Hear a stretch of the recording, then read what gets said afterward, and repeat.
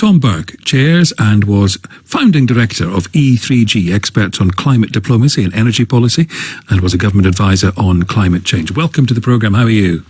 I'm very well, thank you, Eddie. Good to see you again. It's good to have you back on. Now, this plan, does it amount to a green industrial revolution?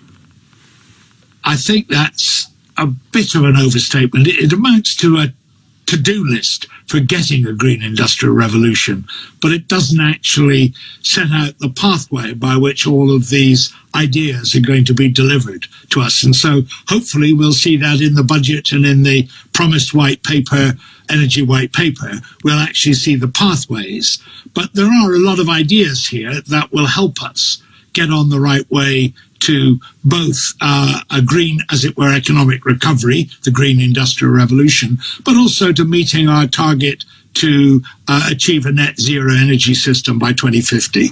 We'll come on in a moment to what you might have some doubts about on this to-do list, but what do you like best? What attracts you?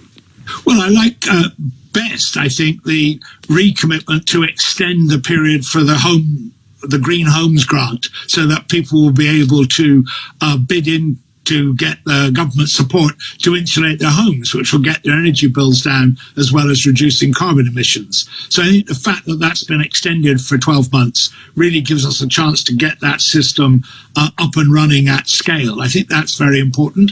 I like the fact that there's been quite a big focus on transport policy and what can be done, as you've talked about EVs, but also stuff for public transport as well. I think those are both very good. I like the support for offshore wind, further support for offshore wind. So there are a lot of things in this to be grateful for, to be pleased about. There are other things which I think are more questionable. I'm not sure that nuclear has any real role to play going forward.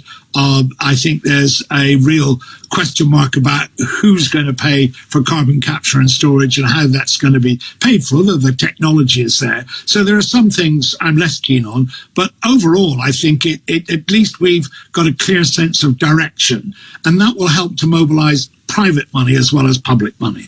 And this 2030 cut-off, since we're talking a lot about electric vehicles in the next hour, no more petrol and diesel cars sold after 2030. What do you think? Well, I think that's very important. I think it's important for people to understand it doesn't mean people will be banned from driving their existing cars. It just means that they won't be able to buy new cars. And I think that's pretty important, not just for individual vehicle owners, but I think that's pretty important for the motor industry in this country. I think however it works out, Brexit is going to make life a bit more difficult for the motor industry. So I think investment in helping the industry gear up to be part of the future is going to be pretty important. Thank you so much, as always, Tom Burke from E3G.